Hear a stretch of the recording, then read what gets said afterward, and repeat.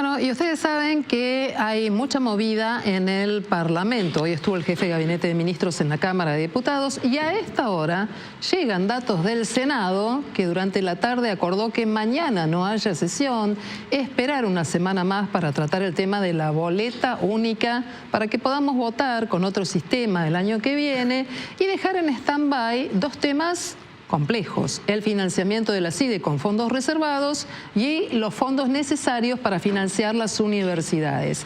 Acaba de salir una información del Senado que sostiene que los senadores del bloque de Unión por la Patria están pidiendo que se garanticen condiciones para debatir mañana, probablemente en una sesión especial a la que quieren acceder los bloques de la oposición, para debatir mañana estos dos temas muy sensibles: fondos reservados de la CIDE y fondos para el financiamiento de las universidades. Hay mucho ida y vuelta, veremos en qué termina. Pero si vuelvo a la Cámara de Diputados, voy a saludar ya al diputado nacional, Eduardo Falcone. Es un diputado nacional que forma parte del bloque del MID y que esta tarde estuvo muy activo allí en la Cámara Baja. Hola, diputado, buenas noches. Gracias por atendernos aquí en Noticias a las 20:30. ¿Cómo está usted?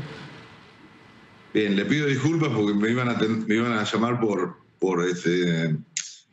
Zoom y ahora estoy con un teléfono que lo tengo que mantener con la mano, así que se mueve un poco. Bueno, las cosas pasan así, pero lo importante es que estamos en el aire y podemos conversar de lo que dejó esta primera presencia del jefe de gabinete, que por cierto terminó de manera abrupta. En la calle, la protesta, incidentes, personas heridas, y en el recinto también pasaron cosas. ¿Cómo vio usted esta situación? Bueno, la reunión, la verdad que adentro del recinto fue muy tranquila. El ministro Franco es una persona muy calma y llevó muy bien todas las preguntas y respuestas que les hicimos. Prácticamente eran más de 1.500 preguntas. Algunas las habían respondido ya de antemano, ayer por escrito, y otras las hicimos en el recinto. Así que para mí estuvo muy bien. Yo estaba afuera del recinto porque había salido 15 minutos cuando se produjo la suspensión.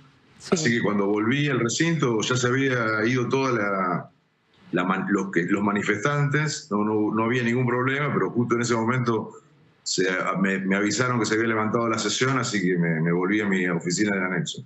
Si usted tuviera que rescatar las ideas centrales de la exposición de Francos, ¿con qué concepto estaríamos dándole marco a esta ponencia? Bueno, el ministro Franco básicamente hizo un paneo general de la gestión del gobierno. Usted sabe que yo soy desarrollista y soy economista, así que me quedo con la descripción que hizo de cómo es la política del gobierno para bajar el gasto público, reducir la inversión, de reducir la inflación y aumentar las inversiones por vía del régimen de incentivo de las grandes inversiones.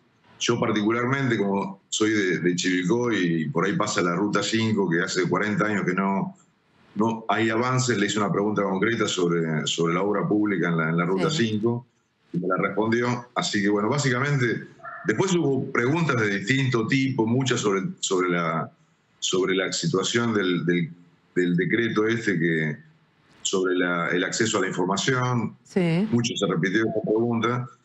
Y el ministro dijo que que estaban estudiando si fuera necesario hacer alguna revisión, porque ellos lo que querían era ordenar el acceso a la información pública y no restringirlo de ningún modo. Y es un capítulo importante, pero bueno, también el ministro Guillermo Francos dijo esto que ahora vamos a compartir en pantalla. De ninguna forma la intención del gobierno nacional es poner opacidad a la información pública, sino ordenar los pedidos de acceso a la información. Modificaremos el decreto si fuera necesario, haremos la consulta, estamos dispuestos a analizarlo y que también ustedes puedan entender desde el lado de la administración cuáles son las dificultades que vemos y que encontramos para acceder a todos los requerimientos. Diputado, ¿será una respuesta política de circunstancia o esperan cambios profundos? No, es lo que le acabo de decir, que manifestó el jefe de gabinete. Yo creo que fue un decreto que causó algún impacto en la sociedad y bueno, me parece que está bien que lo revisen y en todo caso, si tienen que modificarlo, lo modifiquen. Apelando a su condición de economista, hubo una serie de definiciones que dejó allí el ministro Francos. Una de ellas tiene que ver con insistir con la idea del veto, defender el veto a la ley de movilidad jubilatoria. Habló de inmadurez el jefe de gabinete, apuntó a los legisladores, a la Cámara en general, a los números, y dejó una frase y un concepto bastante picante que él dice que las jubilaciones le ganan a la inflación por arriba de 9 puntos, sabiendo que las jubilaciones son las que son en este momento. ¿Usted respalda esta posición o tiene una mirada crítica? ¿Qué va a pasar con ese veto en la Cámara de Diputados? Bueno, usted sabe que yo estuve en la reunión del viernes pasado con el presidente y los bloques del MID y el PRO y la Libertad Avanza, y el presidente explicó los números que él tiene y efectivamente dijo eso, que las jubilaciones estaban un 5% sobre la inflación desde que él asumió. Obviamente que hay algunas cuestiones técnicas que en ese momento estaban en los salarios y las jubilaciones muy bajas, pero básicamente a lo que usted me pregunta, yo creo que la solución de los jubilados, lamentablemente, hace falta que la economía se reactive, que se aumenten los salarios, que haya más trabajadores registrados.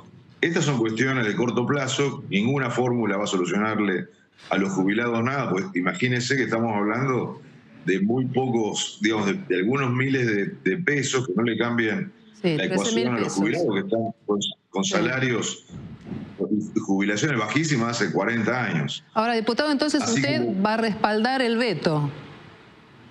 Yo lo que le quería explicar es que nosotros, el MID, lo que propuso es que de las 4 ítems que el gobierno va a vetar, que tiene la ley que se aprobó en el Senado, hay uno que es el del 8,10% de empalme de las jubilaciones de enero, que nosotros propusimos que eso sí lo dé el gobierno, porque realmente si la inflación fue del 20% y el gobierno por esta fórmula que es buena, la fórmula actual, porque mejora la fórmula anterior, solamente da el 12,5%, bueno, falta un 8%. Entonces nosotros lo que propusimos es que lo hicieran del modo que lo pueda financiar el fisco.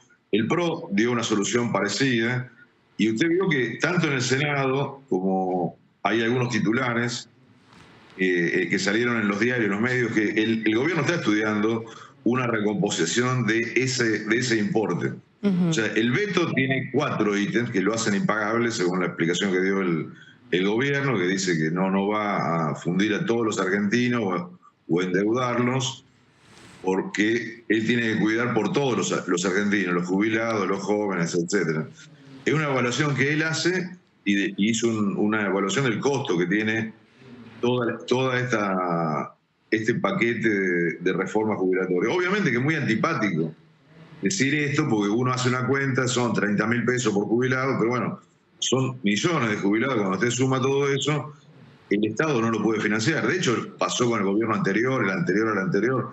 Hace 40 años que los jubilados tienen una situación muy difícil. Así que 2 cosas dijo el gobierno, que iba a vetar, pero también que iba a estudiar una reforma jubilatoria que pueda ser financiable. Diputado, le cambio de tema. Una de las principales marchas que hubo contra el gobierno desde que asumió fue en defensa de las universidades, del financiamiento a las universidades. Y fue una marcha bastante transversal que fue el primer revés, si se quiere, en la calle que sufrió el gobierno. Desde el Congreso de la Cámara de Diputados, ¿ustedes qué posición tienen con respecto al financiamiento de las universidades públicas? Bueno, creo que el gobierno está manifestando que está financiando las universidades públicas y que hay una controversia sobre auditorías y otras cuestiones. Yo no tengo los números finitos, pero el gobierno de ningún modo quiere desfinanciar. Creo que hay una puja política, como en todas las cuestiones, en la cual algún partido tiene algún interés particular, pero obviamente que nadie quiere desfinanciar a la universidad pública. Yo soy egresado de la universidad pública, tengo 2 títulos universitarios de la UBA. Soy contador y economista. Y mis hijos fueron a la universidad pública, mi esposa, o sea, nadie quiere financiar. Lo que pasa es que hay que ver con qué se financia. Porque acá funciona el teorema de Baglini, ¿viste? Todos cuando están fuera del gobierno son muy generosos y cuando están en el gobierno lo que hacen es lo mismo que hacen todos los gobiernos. Le preguntan al ministro de Economía si tiene fondos para financiarlo y el ministro de Economía le dice, mira, podemos hacer esto. Si vos pensás que sí, le tenés que hacer caso a las demandas de toda la comunidad, los policías, la educación, todas son necesarias, pero necesitas 5 PBI para pagarles a todos. Entonces la única forma de solucionar esto es que el país se desarrolle y la economía crezca, no hay soluciones mágicas. Diputado, le hago una última pregunta porque recién hice una consulta y me dicen que hay antecedentes de la posibilidad de que los diputados hagan un rechazo parcial al veto. ¿Están trabajando en este sentido? En función de lo que usted dijo, tal vez todas las bancadas puedan acordar que no desaparezca el 8% extra para financiar las jubilaciones, con lo cual no instalarían toda la ley, sino solamente una parte. ¿Esto es posible? ¿Están ya negociando en esta línea? Desconozco cualquier tipo de negociación de ese tipo. Puede ser que las haya, pero yo no he participado. Lo que sí es que prácticamente todos los bloques, si hay un punto en común, salvo el bloque propio de la Libertad Avanza, todos los bloques, como mínimo, estamos planteando que ese 8,10% hay que darlo. De hecho, el gobierno estuvo, yo creo, por versiones que hay, que también estuvo tratando de negociar en el Senado, de que se aprobara solamente eso y se evitara el costo del veto. Muy bien. Ahora, la situación es la que es, el gobierno la vetó, y ahora lo que hay que hacer es trabajar para corregirlo. A lo mejor se puede hacer una ley complementaria, pero bueno, no quiero inventar nada porque no participé de eso. Llegué muy tarde del Congreso porque nadie se comunicó conmigo para eso. Veremos entonces si se trabaja en esta idea de reinstalar solamente una parte de la ley que fue vetada y si finalmente hay acuerdo para poder sostener por lo menos este capítulo. Muy bien, diputado Eduardo Falcone, un hombre del desarrollismo, que está muy cerca del PRO y de algunas ideas del gobierno también. Le agradecemos mucho esta conversación. Seguramente vamos a volver a vernos allí en el Congreso. Gracias y buenas noches. No, buenas noches a usted.